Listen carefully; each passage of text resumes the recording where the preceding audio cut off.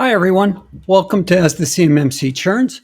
I'm Matt Titcomb, the CEO of Peak InfoSec, an authorized CMMC third-party assessor organization. I'm also a CMMC certified practitioner and provisional assessor. Today's episode is how to apply the NIST SP 800-171 Scope of Applicability. So let's jump in.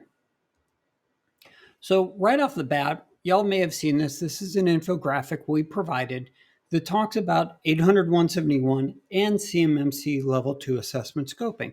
We're just going to talk about that top level part right now that is going to cover the actual addressing those components. Now, as a part of this, what we're going to do is we're going to dig into this. Now, as we get into this part, we need to understand first that scope of applicability.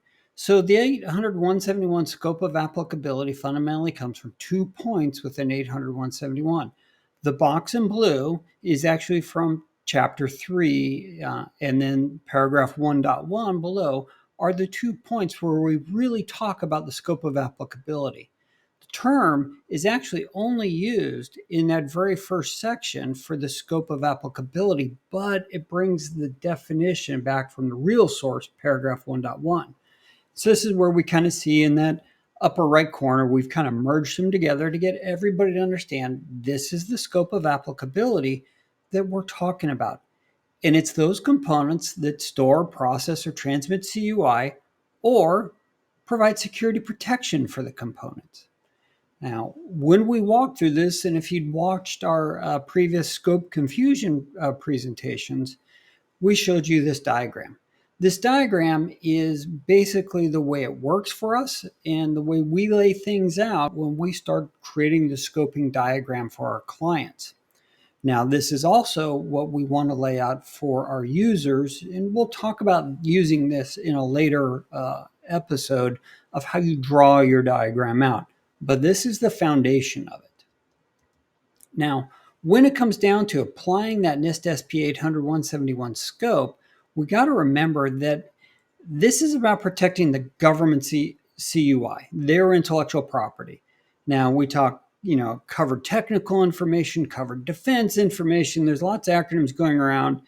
It's the government's IP is the best way to think about it. And it's like these 5 muddy kids. And these 5 muddy kids are just like your staff. And guess what? The one on the left who's cheering, that's your sales rep because they just got the new work in. Yay, they're happy. Chief operating officers now got to go figure out once we've won the contract, how we execute it. And then the frontline people are the people really doing the work. And in the background's always the CFO staff, their contracting team, finance. They're the ones that are typically dealt with closing out the work. Why does this matter? Well, guess what? That's about the same way your level of CUI generation will occur in your contract. So you need to be aware that protecting CUI can start as early as your business development phase. If your sales team gets given something on a CD or DVD or something offline from the government that is not on FedBizOps, that's probably CUI or FCI, and it needs to be protected. So again, it can start early and it can go as long as the government contract tells you you have to protect it as CUI. And that can be sometimes 10 years later. So don't forget that. This is a long time span that you have to be ready for. Now, likewise, when we get into applying the steps of applicability, what really happens here is we're going to walk through a process. The very first thing you need to do is identify all contracts with DFAR 7008. Don't forget it. You're supposed to start doing this as far as you put in your offer, and 7012 in them.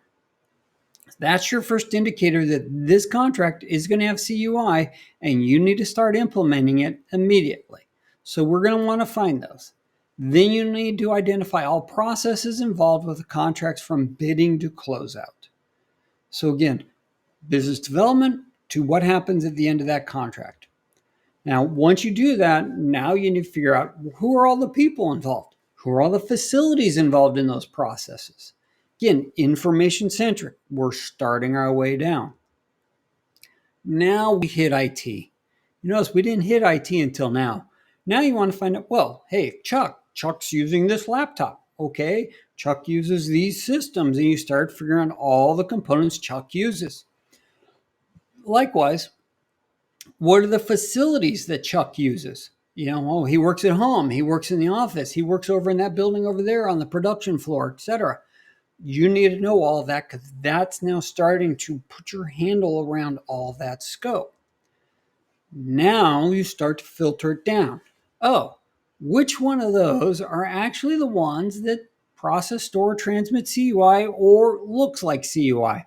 Again, you've got to meet the definition of CUI underneath the government contract, not meant to be public, and meets one of the definitions. And the most common one you're going to see is covered technical information. So again, you've got to follow that 3 category. And if it smells like CUI, it probably is, and you probably should be protecting as if it is until you get it formally labeled. And if it's formally labeled, you're rocking. After that, so we know the assets that have it, now we're looking down a step. What are the security protection components that protect the CUI related IT systems? Active Directory, your firewall, your antivirus, anti-malware. Oh, if you're using cloud services, that requirement extends up to your cloud service. You extended your IT out to them. So again, people, processes, IT, now the protection of that IT.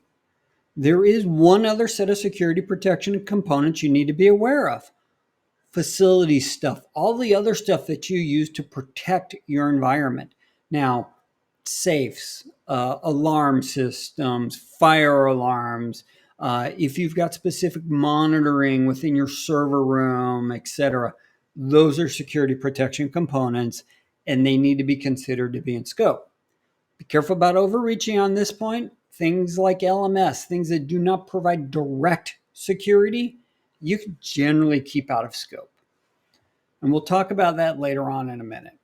Now, once you've done this, you now need to document all processes, people, facilities, and technologies in your scope diagram.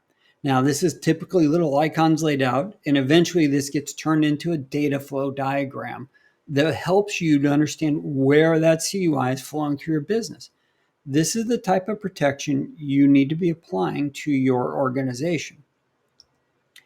Now, bonus question: when to apply the scope of applicability?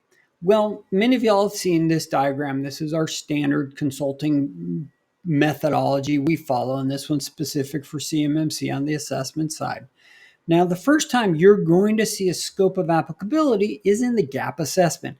When we come in, we look at your current scope. We go through that same exercise we just described on the previous slides, draw that out, figure out what's where, and then we go, okay, now we know, and we know the boundaries of our assessment for what we're trying to figure out where you're at. After that, once we've identified deficiencies and we figure out where you need to be, again, this is, think of a journey, this is your target destination, you're going to rescope. And you're going to create an initial scope of where you think that to be will be. And that, at that point, is actually what goes in your system security plan, not your current one. You always put where you're going because you got POAMs related to that to be state. Now, as you go through this process, what you're going to find is anytime you come into remediation and you're going through fixing, you notice that arrow can come back up to design. You may have to readjust your scope of applicability multiple times. It's okay. It's expected. You're going to find stuff. Be ready for it, but it's just stuff we normally deal with when we're helping our clients get ready. Now, once you get to the assessment side, now if I'm your assessor, I'm looking at your scope. First, I'm looking at it from your assessment planning. Yeah, you're telling me your buckets of the assessment categories per the CMMC documentation, but underneath that is the fundamental foundation of your assessment scope. And if your scope of applicability is wrong, everything else will fall, and that's going to be discovered during the actual real assessments. We don't want that. You don't want that. So we will actually also look at your scope of applicability, see, yeah, okay, this makes sense. You did this. We understand. Okay, then that lets us now have the ability to plan, help to write a contract, stuff like that. Once we get in the certification assessment readiness review, we're basically just checking, do you have enough evidence, and is it the right evidence covering everything that's in scope?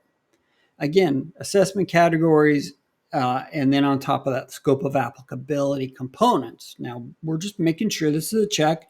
This will be an area where we'll spot check to see, oh, hey, you missed this component. Again, once we get into the assessment, and this is the final place, anything we discover at this point in time that was not addressed in your scope of applicability that is determined to be in scope and you haven't applied controls to, will typically cause a cascade failure because things like 311 won't work, and yeah, you just don't want it.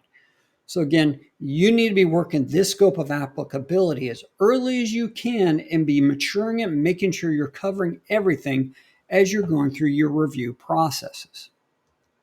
Now, how do you handle the requirements applied to components?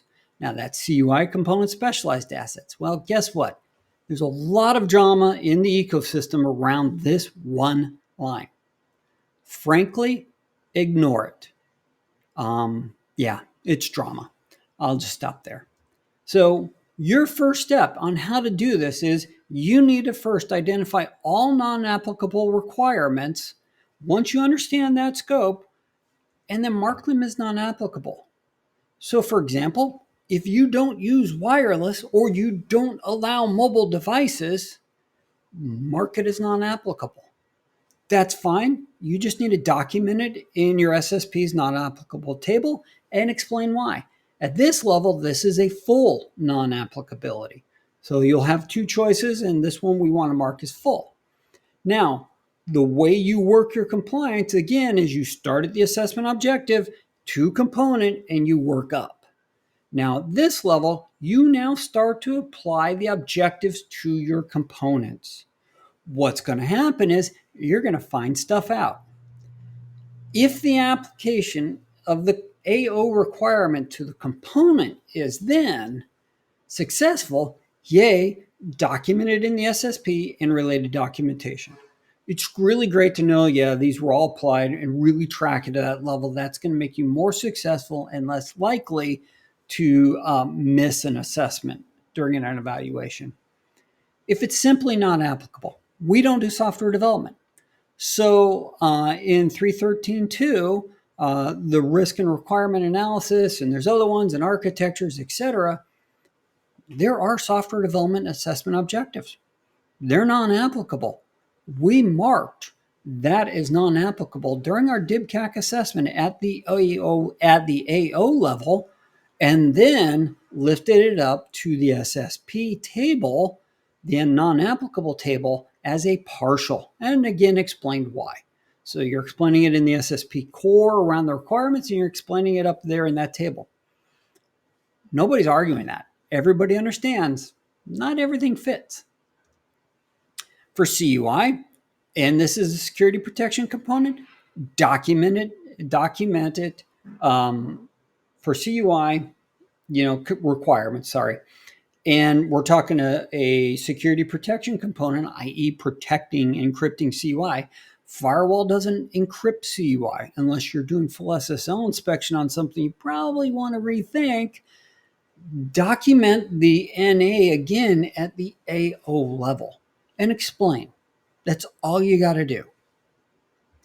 Now, if all of this is unsuccessful and it should fit, you should do it, and you need to do it, you need to pursue fixing it at the component level or document it as a compensating control. A good example here, and we'll talk about later on in our operational technology churns coming in January, is a CNC computer that can't have antivirus, can't have MFA, can't have. Great. This is how we meet this requirement with this process or alternative flow that does that inspection for us. So there are ways to handle these things, and this is where you need to document it on how you're meeting the intent of the requirement. So let's just briefly sum up. Your organization, again, is required to implement NIST 800-171.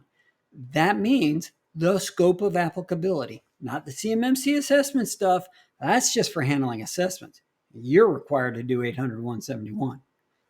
CUI is like muddy kids. They get everywhere.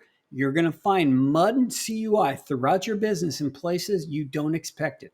Be ready for it and presume it's everywhere until you can prove it's not. That's really your best practice. I know it sucks, but then when you take that approach, you can really start to tighten and shrink your enclave down or shrink it to the minimal number of assets you need to go and get certified. So scoping, again, is information driven. Those muddy kids, yeah, you're going to hose them down outside. They're bringing mud in, guarantee it. Same as the dog, goes outside wet, sprays everything. It's a mess. Just expect it. Follow that info. Do not follow the systems. If you follow systems, you will fail. Just flat out telling you right now, follow the info. So I just said that once. We'll move on from don't start from the systems first. And your organization is going to have at least 2 scoping exercises, one during that initial gap analysis, and then one in that design phase when you're writing out your to-be state for where you're addressing. Now, hopefully, once you got everything managed and remediated, perfect.